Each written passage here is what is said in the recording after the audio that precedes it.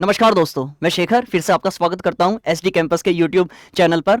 तो आज हम डिस्कस करेंगे यूपी ट्रिपल एससी का जो पीईटी एग्जाम होता है उसके बारे में, क्योंकि हम सबको पता है उत्तर प्रदेश में जितनी भी ग्रुप सी और ग्रुप डी की जो वैकेंसीज आती हैं उन सब के लिए अब पीईटी क्लियर करना जरूरी हो गया, और असली में क्लियर भी नहीं करना है, बहुत अच्छे नंबर से, बहुत अच्छी परसेंटाइल से ये क्लियर करना है। तो आज हम वही स्ट्रेटेजी बनाएंगे कि किस तरीके से अच्छा स्कोर करा जा सकता है, प्लस मैं अपने मार्क्स भी बताऊंगा कि कितनी परसेंटाइल मैंने गेन करी थी जब 2022 में मैंने पीईटी का एग्जाम दिया था। तो अगर शुरुआत करें, how to score 99, how to score 99 plus percentile in UP triple SC PET. तो केवल अच्छा, ये एक जो प्री एग्जाम है वो है, इसमें केवल हमें स्कोर कार्ड मिलेगा। हम 50 मार्क्स लाएं वो भी, 90 मार्क्स लाएं वो भी, लेकिन अगर हम कम मार्क्स लाते हैं और इसके बाद में जब मेंस एग्जाम होते हैं तो उसमें हम एलिजिबल ही नहीं हो पाएंगे। तो ना सिर्फ इसे पास करना है बल्कि बहुत अच्छे मार्क्स से पास करना है। और मैं अगर कह रहा हूं 99 प्लस परसेंटाइल लानी है तो स्ट्रेटेजी बतानी पड़ेगी, और स्ट्रेटेजी में तभी बता पाऊंगा जब मैंने भी इतना स्कोर किया हो। तो अगर मैं अपने स्कोर कार्ड 2022 वाला जो मैंने पीईटी दिया था उसके बारे में हम बात करें तो ये मेरा नाम शेखर शर्मा, ठीक है। तो मैंने जो है आउट ऑफ 100 जो मेरा स्कोर था वो था 83, लेकिन नॉर्मलाइज्ड होके, मतलब मेरे साथ ऐसा ही होता है नॉर्मली, नॉर्मलाइज्ड होके जो मेरा स्कोर है वो थोड़ा कम हो गया है, वो हो गया है 81.14। और जो मेरी फाइनली परसेंटाइल बनी है वो बनी है 99.66, लाइक मेरी परसेंटाइल बनी है 99.67, इतनी। अच्छा, ये परसेंटेज नहीं है, ये परसेंटाइल है। परसेंटाइल अभी थोड़ी देर में सब डाउट जो होंगे वो आपके क्लियर हो जाएंगे। लेकिन मैंने भी 2021 वाला जो पीईटी था वो भी मैंने दिया था, उसमें भी मेरी परसेंटाइल 99 प्लस थी, और जो 2022 वाला पीईटी है उसमें भी जो मेरी परसेंटाइल है वो 99 प्लस है। तो इस परसेंटाइल को गेन करने के लिए मैंने क्या स्ट्रेटेजी अपनाई थी वो समझाएंगे, पूरा डिस्कस करेंगे। लेकिन ये जो है परसेंटाइल होती क्या है, जैसे बेस्ट एग्जांपल से अगर आपको समझाएं, देखिए जैसे हम ये मानते क्या है, एक हमारे पास डेटा है कि 2021 में जो पीईटी हुआ था उसमें 20 लाख, जो 20 लाख स्टूडेंट हैं उन्होंने पार्टिसिपेट किया था, ठीक है। अब अगर हम बात करें 2022 में जो पीईटी हुआ था उसमें 37 लाख बच्चों ने पार्टिसिपेट किया था। अब जैसा एक्सपेक्टेशन है तो 2023 में ये जो नंबर ऑफ स्टूडेंट होने वाले हैं ये होने वाले हैं लगभग 40 लाख प्लस ही होंगे, 40 लाख से ज्यादा जाएंगे। और इतने सारे बच्चे अगर पीईटी देंगे तो कंपटीशन बढ़ने ही वाला है। अब एग्जांपल मानिए कि अब मैं समझाने वाला हूं कि आपको परसेंटाइल ये कैसे करती है, ठीक। स्ट्रेटेजी भी तय करेंगे, लेकिन पहले समझ तो लें कि हम किस बारे में बात कर रहे हैं। जैसे एग्जांपल मानिए कि ये माना जा रहा है कि 2023 वाला, सॉरी 2023 वाला जो पीईटी है इससे यूपी ट्रिपल एससी की जो सबसे प्राइम वैकेंसी, सबसे अच्छी वैकेंसी मानी जाती है वो है लोअर पीसीएस। लोअर पीसीएस, और लोअर पीसीएस को बिल्कुल हम ऐसा मान सकते हैं जैसे एसएससी में सीजीएल में वैकेंसी होती है 4200 4200 ग्रेड पे में जो इंस्पेक्टर लेवल की होती हैं, ऐसे ही उत्तर प्रदेश में जैसे सप्लाई इंस्पेक्टर हुआ, तो जो इंस्पेक्टर लेवल की, मैं पुलिस की बात नहीं कर रहा हूं, और भी डिपार्टमेंट होते हैं, मंत्रालय होते हैं जिनमें इंस्पेक्टर लेवल की पोस्ट होती है, सारी 4200 ग्रेड पे की। तो सारी की सारी ये जो वैकेंसीज हैं वो लोअर पीसीएस के थ्रू आती हैं। और ऐसी उम्मीद है कि 2023 के पीईटी से जो लोअर पीसीएस आने वाला है इसमें अराउंड 400 जो है वो वैकेंसी होंगी। अब अगर मैं और इसे डिटेल्स में समझाऊं, देखिए जैसे यहां पर वैकेंसी है लोअर पीसीएस में 400, और उत्तर प्रदेश पीईटी मतलब यूपी ट्रिपल एससी पीईटी में यह कहा जाता है कि मेंस में केवल उतने बच्चे बैठेंगे वैकेंसी का 15 गुना, जितनी वैकेंसी है उसका 15 टाइम्स लिया जाएगा और उतने ही बच्चे जो है वो मेंस में बैठेंगे। लेकिन जहां तक मुझे अनुभव है और जो पिछली भर्तियां हुई है जैसे लेखपाल की जो भर्ती हुई थी उसमें ये 15 गुना 15 टाइम्स ना लेके ये 30 गुना 30 टाइम्स लेते हैं। तो अगर मैं ये कहूं 400 का 30 गुना अगर हम निकालें तो ये बैठता है लगभग 12,000। केवल 12,000 बच्चे जो हैं वो पार्टिसिपेट करेंगे मेंस में। और अभी मैंने बताया फॉर्म कितने भरे गए हैं, लगभग भरे जाएंगे 40 लाख। तो 40 लाख स्टूडेंट में हमें टॉप के जो 12,000 स्टूडेंट हैं केवल उन्हें ही मेंस एग्जाम में बैठने का मौका दिया जाएगा। यूपी जो लोअर पीसीएस का एग्जाम होगा, जैसे अगर मैं ये कहूं जूनियर असिस्टेंट जो अभी फॉर्म निकला हुआ है 2022 के पीईटी से, तो जूनियर असिस्टेंट की जो वैकेंसी है वो है 4,000 और 4,000 में मैं मल्टीप्लाई करूं 30 की तो मेंस में कितने बच्चे बैठेंगे, लगभग 1,20,000। लेकिन ये वाली वैकेंसी है किससे, ये है 2022 से। और 2022 में अभी मैंने बताया था कितने बच्चों ने पार्टिसिपेट किया था, 37 लाख, 37 लाख ने। तो 37 लाख बच्चों में से जो टॉप 1,20,000 होंगे केवल जूनियर असिस्टेंट का फॉर्म वो ही भर सकते हैं। अब समझ में आई है। तो यूपी ट्रिपल एससी में अच्छा स्कोर लाना कितना जरूरी होता है, तो हम यही स्ट्रेटेजी बनाएंगे कि कैसे अच्छा स्कोर लाया जा सकता है। तो अगर हम इसके सिलेबस के बारे में बात करें तो इसके नोटिफिकेशन के बारे में चर्चाएं हो चुकी हैं, ठीक। लेकिन अब हम बताएंगे कि कैसे इसका अच्छा स्कोर लाया जा सकता है। अगर हम शुरुआत से यहां से देखें तो रियलिटी में सिलेबस का जो सबसे आसान पोर्शन है वो सिलेबस के शुरू में नहीं, सिलेबस के सबसे लास्ट में लिखा हुआ है। जैसे अगर हम लास्ट में देखें तो ये इसमें टोटल 15 टॉपिक है, यहां टॉपिक लिखा हुआ है और यहां लिखे हुए हैं इसके मार्क्स। ये देखें 14 और 15, ये जो प्योर 14 और 15 है ये है डीआई, डेटा इंटरप्रिटेशन होता है डीआई। यकीन मानिएगा कि ये जो 100 नंबर का पेपर है इसमें अगर सबसे आसान जो पोर्शन पड़ता है वो डीआई ही होता है और ये 20 मार्क्स के आते हैं, ठीक। अच्छा आप कहोगे कि नहीं हमारा तो मैथ कमजोर है तो हमारी डीआई कैसे हो सकती है, हमारे लिए तो डीआई सबसे टफ है। अगर आपका मैथ बहुत अच्छा है या अच्छा है तो फिर तो डीआई में आपके 20 में से 20 आने कोई नहीं रोक सकता। लेकिन अगर आपका मैथ वीक है, जैसे आर्ट बैकग्राउंड के बच्चे होते हैं या कुछ कॉमर्स, वैसे कॉमर्स वालों का नहीं लेकिन आर्ट बैकग्राउंड के कुछ बच्चे होते हैं, कुछ सभी नहीं कुछ, तो उनका जो मैथ होता है वो थोड़ा वीक होता है। लेकिन यहां पर हम डीआई की अगर बात करें तो डीआई मैथमेटिक्स में सबसे आसान पोर्शन पड़ता है। गिने चुने कंसेप्ट होते हैं जो पढ़ाए जाते हैं डीआई में और जो आते हैं, अगर इनमें हम अच्छा स्कोर कर लें तो यकीन मानना डीआई में अगर 20 भी नहीं आते हैं तो 18 या 19 100% आपको आएंगे। बस चाहिए क्या, प्रैक्टिस चाहिए, डीआई के क्वेश्चंस की प्रैक्टिस, क्योंकि सिंपल है। अगर हमें पता है यही क्वेश्चन आना है, इसकी केवल डिजिट चेंज होगी लेकिन क्वेश्चन का पैटर्न यही होगा। अगर हमें पहले से पता है कि क्वेश्चन ये आना है तो कौन हमें बटे में से बटे फुल मार्क्स लाने से रोक सकता है। तो ये जो 20 नंबर हैं डीआई के, एक तो ये हो गए हैं, प्लस इसमें एक हिंदी का पोर्शन आता है अपठित गद्यांश। सिंपल, एक हिंदी का गद्यांश पैराग्राफ आपको दिया जाएगा, 2 पैराग्राफ मिलेंगे, 5 नंबर का एक और 5 नंबर का एक, और उसमें से अलग अलग क्वेश्चन होंगे। जैसे एक पैराग्राफ आया 5 क्वेश्चन उसमें से एक मार्क्स का है, ऐसे ही दूसरा पैराग्राफ आएगा उसमें भी 5 क्वेश्चन होंगे। बहुत सिंपल होते हैं, बहुत सिंपल होते हैं। केवल अगर आप एक दिन भी प्रैक्टिस कर लें, एग्जाम से पहले एक दिन भी प्रैक्टिस कर लें तो भी ये बहुत आसानी से हो सकता है। तो यहां पर 20 मार्क्स तो हो गए डीआई के, जो लगभग पूरे के पूरे हैं, 20 में से 20 ही आने हैं। फिर मैं बात करूं हिंदी का, जो अपठित गद्यांश है, जो अनसीन पैसेज हिंदी का है, ये भी बहुत आसान है। 10 में से 10 इसमें से भी आएंगे। यकीन मानना, आप कहोगे कैसे आएंगे, जब अभी कुछ दिनों में हम प्रैक्टिस सेट शुरू करेंगे और लाइव जब सेशन चलेगा और जब यहां प्रैक्टिस सेट होगा तब खुद देखेगा आप कि कैसे बटे में से बटे आते हैं इस पोर्शन में से। तो 20 मार्क्स तो आ गए डीआई में से कंफर्म।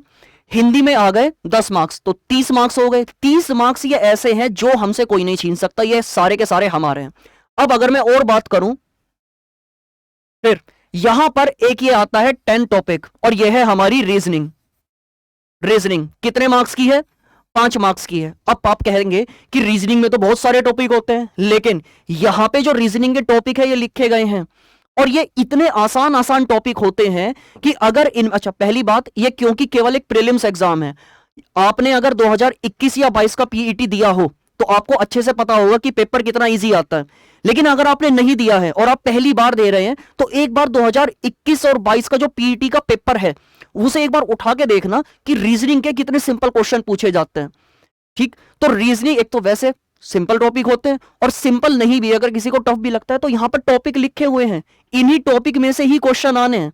ठीक, जैसे 1 2 3 4 5 6 7 8 8 टॉपिक लिखे हुए हैं और 8 में से ही 5 जो क्वेश्चन है ये कंफर्म आने हैं। तो बताओ, अब बस क्या है, खाना सब बना बनाया रखा हुआ है, बस आप वेट कर रहे हैं कि कोई और उठाए और खाना जो है लड्डू जो है वो आपके मुंह में दे। ये नहीं होता है, कम से कम जब खाना परोसा गया है तो उसे खाना तो अपने आप पड़ेगा। इन्होंने इतनी चीजें खोल के रख दी हैं कि रीजनिंग में केवल ये टॉपिक पढ़ने हैं, इससे बाहर कुछ नहीं आना। तो इतना सारा क्यों पढ़ना है, केवल इसे पढ़ना है और 5 मार्क्स लेके आने हैं। तो 30 क्वेश्चन तो हो गए, देखो 20 हो गए थे डीआई के, 10 क्वेश्चन हो गए थे हिंदी वाले, 5 क्वेश्चन हो गए हैं रीजनिंग के, तो टोटल कितने हो गए हैं 35। अब अगर मैं बात करूं ये 5 क्वेश्चन, ये प्रारंभिक जो अंकगणित हैं, एडवांस नहीं, केवल और केवल अर्थमेटिक, और अर्थमेटिक में से भी ये पूर्ण संख्या, प्रतिशत मतलब परसेंटेज हो गया, अंकगणितीय समीकरण हो गया, वर्ग हो गया, घातांक, औसत, कितने आसान आसान टॉपिक हैं ये। अगर आपका मैथ वीक है, अच्छा है, फिर तो ये आपके लिए हलवा है, या हलवा छोड़ो बंगाली रसगुल्ला है, ठीक है। लेकिन अगर आपका मैथ थोड़ा सा भी वीक है तो ये टॉपिक ऐसे हैं कि जिनमें केवल आप 15 से 20 दिन अच्छे से मेहनत कर लेंगे, और वैसे भी ज्यादा डीप में नहीं जाना है कि बहुत बड़े बड़े क्वेश्चन सीजीएल लेवल के तैयारी करनी नहीं, बहुत सिंपल सिंपल क्वेश्चन आते हैं। पिछले साल के जो पीईटी का पेपर है प्रीलिम्स वाला, उसे एक बार उठा के देखना कितने सिंपल क्वेश्चन आते हैं। तो 5 मार्क्स हो गए हैं मैथ के, तो मैंने क्या बताया 20 तो डीआई के हो गए हैं, ठीक है, 10 हो गए हैं वो अनसीन पैसेज वाले हिंदी के, 30 हो गए, 5 हो गए रीजनिंग के और 5 हो गए मैथ के 40। इन 40 में अगर आपको स्कोर करना है 80 प्लस, अगर आपका 100 में से स्कोर 80 प्लस होगा तो ही परसेंटाइल जाएगी 99 प्लस। और 99 प्लस लाना क्यों जरूरी है वो भी मैंने बता दिया है, क्योंकि अगर अच्छी वैकेंसी आएंगी तो जो केवल टॉप स्टूडेंट होंगे वही सेलेक्ट होंगे मेंस के लिए। फिर अगर आप 60 नंबर लाते हैं, 70 नंबर लाते हैं, तो इनका कोई फायदा नहीं होने वाला है, क्योंकि अच्छा स्कोर जो है वो गेन करना है। तो यहां 40 ये जो नंबर हैं, मैं इसी स्ट्रेटेजी को अपनाता हूं पीईटी में, और इसीलिए मेरा स्कोर दोनों बार 80 प्लस गया है और मेरी परसेंटाइल 99 प्लस गई है। तो मैं क्या करता हूं, कोशिश हमेशा यह करता हूं कि जो 40 मार्क्स हैं इसमें मेरा एक भी क्वेश्चन गलत ना हो जाए, और अगर किस्मत ने साथ नहीं दिया, थोड़े टफ क्वेश्चन हो गए, तो कोशिश ये रहेगी कि 37 से 38, मतलब 37 से मैं नीचे ना जाऊं। इन 40 में से अगर मेरे 38 मार्क्स आ जाते हैं तो रिमेनिंग कितने बचे हैं, रिमेनिंग बचे हैं 60। अब 60 में से भी मैं कैसे कैसे स्कोर करूंगा उसके बारे में डिस्कस करते हैं। जैसे शुरुआत से अगर देखें तो ये हो गया है भारतीय इतिहास, इंडियन हिस्ट्री, तो ये नॉर्मली माना जाता है प्राचीन भारत में भी और मिडिएबल में भी, इसमें कुछ पार्ट जो है मॉडर्न का भी है। और ये पूरा का पूरा भारतीय राष्ट्रीय आंदोलन, तो 5 मार्क्स का ये, 5 मार्क्स का ये, तो टोटल जो हिस्ट्री है वो कितने की हो गई, 10 मार्क्स की। और हिस्ट्री में फिर से वही बात, टॉपिक लिखे गए हैं, ऐसा नहीं है कि जी प्राचीन भारत से शुरू किया सारा का सारा पढ़ रहे, टॉपिक लिखे हुए हैं, इन्हीं टॉपिक को पढ़ना है। जैसे एग्जांपल बताता हूं, हर्षवर्धन, हर्षवर्धन यहां पर टॉपिक लिखा हुआ है, तो हर्षवर्धन के बारे में जितनी गहराई से गहराई डिटेल्स वो नहीं जानना है, केवल सिंपल हर्षवर्धन किस वंश के राजा थे, वर्धन वंश के राजा थे, ठीक है। हर्षवर्धन की राजधानी का क्या थी, तो थानेश्वर थी, कन्नौज थी, ये चीजें। हर्षवर्धन के जो फेमस युद्ध हैं, उन्होंने जो बिहार के राजा थे शशांक, जिन्होंने बोधि वृक्ष कटवाया था, उन्हें हराया था। इतने सिंपल सिंपल क्वेश्चन पूछे जाते हैं। और फिर से वही बात है, अगर आपको यकीन नहीं है कि मैं झूठ बोल रहा हूं या ऐसे ही फेंक रहा हूं, तो जो पिछले साल वाले पेपर हैं उन्हें एक बार उठा के देखना कि ये जो टॉपिक लिखे हुए हैं इनमें से कितने सिंपल सिंपल क्वेश्चन बने। यकीन मानना, अगर आपकी हिस्ट्री एवरेज भी है, एवरेज भी है, तो आप ये जो 10 हैं इनमें से 6 से 7 क्वेश्चन आराम से अटेम्प्ट कर पाएंगे, आराम से, और अटेम्प्ट ही नहीं कर पाएंगे, सही कर पाएंगे। तो ये हो गया। इसके अगर बात करें ज्योग्राफी, ज्योग्राफी का सिलेबस हम सबको पता है कितना वाइड होता है, लेकिन इतना सारा हमें पढ़ना क्यों है, जब ज्योग्राफी के सिंपल ये टॉपिक लिखे हुए हैं कि जैसे भारत व विश्व की भौतिक भूगोल, ये लिखा हुआ है। इसमें पहला टॉपिक है नदियां तथा नदियों की घाटियां। अब जैसे क्वेश्चन है कि गंगा नदी आ गया, भारत की जो एक तरीके से सबसे लंबी नदी है वो गंगा नदी है। तो गंगा नदी की जो ट्रिब्यूटरी, सहायक नदी, इतना कुछ नहीं पढ़ना है, सिंपल छोटे छोटे से टॉपिक आते हैं गंगा नदी से लेके, और एक बार आपने पिछले साल के क्वेश्चन पेपर देख लिए तो सब कंसेप्ट क्लियर हो जाएगा, यकीन मानना। भूगोल इतना आसान, आसान तो नहीं, अगर कंसेप्ट क्लियर है तो आसान भी है, और इसमें क्योंकि सिलेक्टेड टॉपिक है तो 5 में से आपके कम से कम 3 नंबर, मैक्सिमम 5 आते हैं, ठीक है, लेकिन कम से कम 3 नंबर आपके जरूर आने चाहिए। तो यह बात हो गई। इसके बाद अगर हम बात करें अर्थव्यवस्था, इकोनॉमी, हम सबको पता है भारत की जो अर्थव्यवस्था के जो क्वेश्चन आते हैं वो करंट अफेयर से रिलेटेड होते हैं, लेकिन यहां पर टॉपिक लिखे हुए हैं और कितने, देखो, भारतीय अर्थव्यवस्था 1947 से 1951 में सारा लिखा हुआ है। हरित क्रांति, अब जैसे मैं टॉपिक उठाऊं ग्रीन रेवोल्यूशन, हरित क्रांति, क्या क्या क्वेश्चन बनेगा, दुनिया में हरित क्रांति के पिता कौन है, भारत में हरित क्रांति के पिता कौन है, हरित क्रांति भारत में किन राज्यों से शुरू हुई थी, हरित क्रांति से किन फसलों को फायदा हुआ था। यकीन मानना, चाहे इस वीडियो को सेव करके रख लेना, अगर हरित क्रांति से क्वेश्चन आया तो ये जो मैंने 4-5 क्वेश्चन बोले हैं इनसे कोई भी क्वेश्चन अलग नहीं आ सकता। क्यों? क्योंकि एक प्रीलिम्स एग्जाम है, केवल ये स्कोर कार्ड है, ये मेंस वाला एग्जाम, मेंस वाले एग्जाम में टफ क्वेश्चन बनेंगे, लेकिन प्रीलिम्स में इनसे अलग क्वेश्चन बन ही नहीं सकता।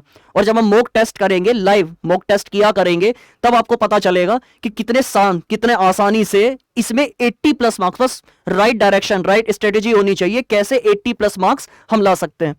इसके बाद अगर हम देखें पॉलिटी का पोर्शन, वही गिना चुना पॉलिटी का पोर्शन है, केवल इसमें से ही क्वेश्चन आते हैं। विज्ञान, साइंस में ये देखिए कि अगर आप 2 से 3 मार्क्स भी ले आते हैं तो एनफ है। जो मैंने स्ट्रेटेजी बताई है, अगर 2 से 3 मार्क्स भी आप ले आते हैं तो एनफ है। मैथ के बारे में हम बता ही चुके हैं। अब बात करते हैं हिंदी। अब हिंदी के 5 क्वेश्चन है और खुद देखिए 5 क्वेश्चन में विलोम शब्द, पर्यायवाची और मुहावरे, इन्हीं में से ही क्वेश्चन मिलते हैं। तो मुहावरे, विलोम शब्द, लोकोक्तियां हो गया है, संधि विच्छेद हो गया है, ये केवल गिने चुने टॉपिक हैं और इन्हीं से ही क्वेश्चन आते हैं। हिंदी वैसे आसान सब्जेक्ट होता है, लेकिन आपका अगर इंग्लिश बैकग्राउंड रहा है तो हिंदी थोड़ी टफ पड़ेगी। ये हमारे एक तरीके से ये कह सकते हैं कि ये नेगेटिव थॉट्स या ये होता है। यकीन मानना, जो हिंदी मीडियम से पढ़ा हुआ है ना, उसे हिंदी बोलनी आती है, लेकिन अगर हम उन्हें ये कह देना कि हिंदी के ये क्वेश्चन जो है सॉल्व करो, इतना इंग्लिश मीडियम वाला नहीं घूमेगा जितना हिंदी मीडियम वाला घूमेगा। अगर यकीन ना हो तो जो इंग्लिश मीडियम और हिंदी मीडियम वाले जो स्टूडेंट्स हैं, एक बार पास में आके और एक मॉक टेस्ट केवल हिंदी का सॉल्व करके देखना, तब पता चलेगा। हिंदी मीडियम वालों को एक गलतफहमी होती है कि उन्हें हिंदी आती है, उन्हें हिंदी बोलनी आती है। हिंदी भाषा में जो क्वेश्चन आते हैं वो उन पे नहीं होंगे, प्रैक्टिस चाहिए। क्योंकि हम मॉक टेस्ट में गलती करेंगे तो चलेगा, कोई नहीं देखेगा, हम अपने रूम में गलती कर रहे हैं, लेकिन अगर हमसे गलती हुई मेंस एग्जाम में, जो हम एग्जाम देने जा रहे हैं, तो पूरा का पूरा साल जो है वो हमें बेकार चला जाएगा। इसलिए जितनी भी गलती करनी है वो सब मॉक टेस्ट में करनी है। और गलती, मैं तो कहता हूं गलती करो, लेकिन एक गलती केवल एक बार, ठीक है, एक गलती एक बार होगी तो चलेगा, लेकिन उसी गलती को रिपीट नहीं करना। तो जितनी भी गलती हो सकती है क्वेश्चंस में, अटेम्प्ट में, हल्के हल्के से क्वेश्चन गलत करने, जो भी गलती करनी है मॉक टेस्ट में करनी है। रियल वाला जो हमारा एग्जाम होगा वो बिल्कुल परफेक्ट जो होता है वो होना चाहिए। अब इसके बारे में अगर हम बात करें, करंट अफेयर्स जो है वो बहुत इंपॉर्टेंट रोल प्ले करता है।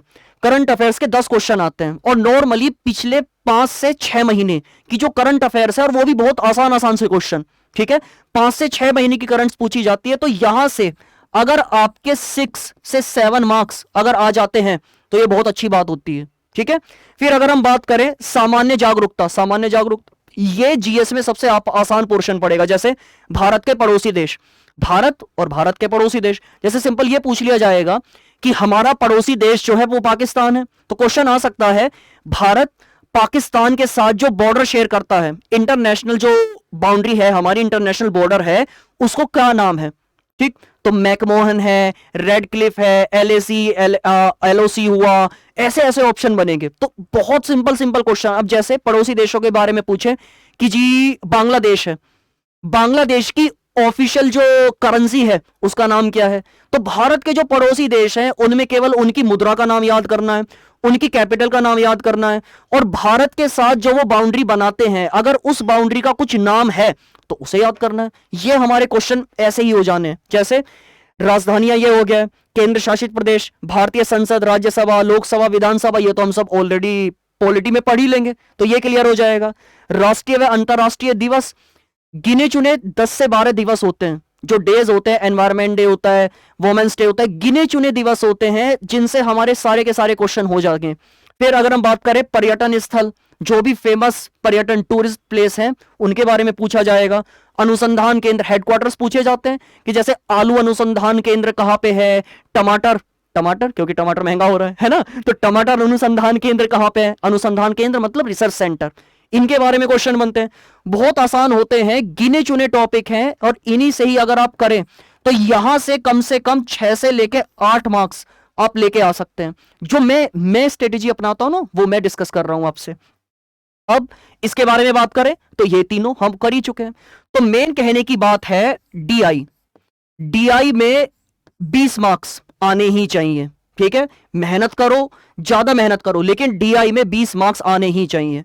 फिर हम बात करें ये जो अनसीन पैसेज, हिंदी में जो अनसीन पैसेज है उसके 10 क्वेश्चन होने ही चाहिए। ये तो ऐसे क्वेश्चन है कि बिल्कुल लड्डू छोड़ो, वो जो बंगाली रसगुल्ला है वो हमारे सामने रखा हुआ है, केवल उठा के और मुंह में रखना है ना। तो 10 क्वेश्चन। फिर अगर हम बात करें मैथ के 5 क्वेश्चन हो गए हैं और रीजनिंग के भी 5 क्वेश्चन हो गए, तो ये टोटल अगर 40 मार्क्स, 40 मार्क्स में से अगर आप 40/40, मैं ये कहूं अगर ये भी नहीं तो 38, 40 में से अगर 38 ले आते हैं तो यकीन मानना कि आपका स्कोर 80 प्लस होगा ही होगा।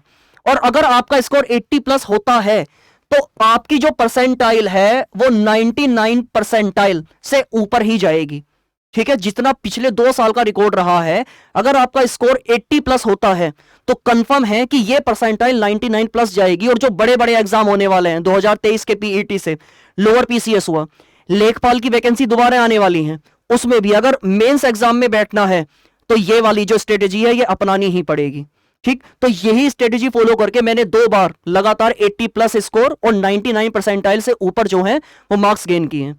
तो अब जो मैंने अभी डिस्कस किया था मॉक टेस्ट की, लाइव मॉक टेस्ट किया करेंगे यहां पर क्वेश्चन, और फटाफट आप कमेंट बॉक्स में आंसर देंगे, और किस तरीके के क्वेश्चन आ सकते हैं वो भी हम डिस्कस करेंगे, क्योंकि हमारे जो मॉक टेस्ट होते हैं वो बिल्कुल जो रियल बेस्ड एग्जाम होते हैं उससे ही संबंधित होते हैं। अगर यहां पे आप मॉक टेस्ट में 80 प्लस लेके आएंगे, यकीन मानिएगा वहां पर आपके नंबर 85 प्लस आएंगे, अगर यहां पे आप 80 प्लस लेके आएंगे तो, ठीक है। तो मॉक टेस्ट जैसे मैंने कहा जल्द ही उसकी सीरीज भी शुरू करेंगे, और ये स्ट्रेटेजी उम्मीद है पसंद ही आई होगी। तो नेक्स्ट वीडियो में जो मॉक टेस्ट होंगे उससे संबंधित बातें करेंगे। तो ठीक है, फिर मिलते हैं नेक्स्ट क्लास में। धन्यवाद।